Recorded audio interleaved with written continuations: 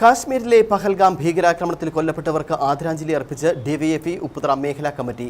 ഉപ്പുതറ ടൗണിൽ ഡിവൈഎഫ്ഐ പ്രവർത്തകർ മെഴുകുതിരി ദീപം തെളിയിച്ചു. പ്രതിഷേധ പരിപാടി ഡിവൈഎഫ്ഐ സംസ്ഥാന കമ്മിറ്റി അംഗം ബി അനൂപ് ഉദ്ഘാടനം ചെയ്തു.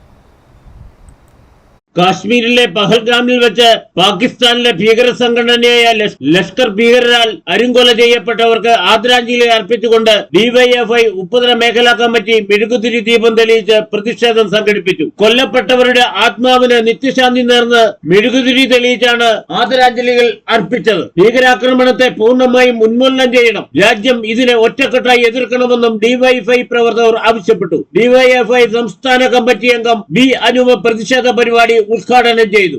അതീവ സുരക്ഷയുള്ള ഒരു സ്ഥലമാണ് അപാൽഗാം.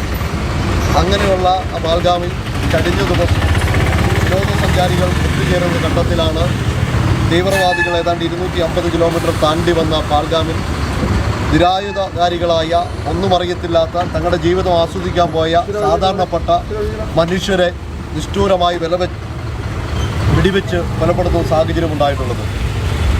ഒരിക്കലും നമുക്കത് അംഗീകരിക്കാൻ കഴിയുന്ന കാര്യമല്ല.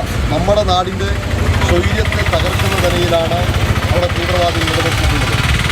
ഒരു പറ്റം ആളുകളെ നിങ്ങൾ എന്തെന്ന് ചോദിച്ച് കൊലപ്പെടുത്തുന്ന രീതിയിലേക്കാണ് വാർത്തകളെല്ലാം പുറത്തു വരുന്നത്. ഇത് മനസ്സിലാക്കുന്നത് നമ്മുടെ രാജ്യത്തിൻ്റെ മതനിരപേക്ഷത തകർത്തുകൊണ്ട് കലാപങ്ങൾ, വർഗീയ കലാപങ്ങൾ ബോധപൂർവം നമ്മുടെ നാട്ടിൽ സൃഷ്ടിക്കുവാൻ ചില ആളുകൾ നടത്തുന്ന ശ്രമങ്ങളുടെ ഭാഗമായിട്ടാണ്.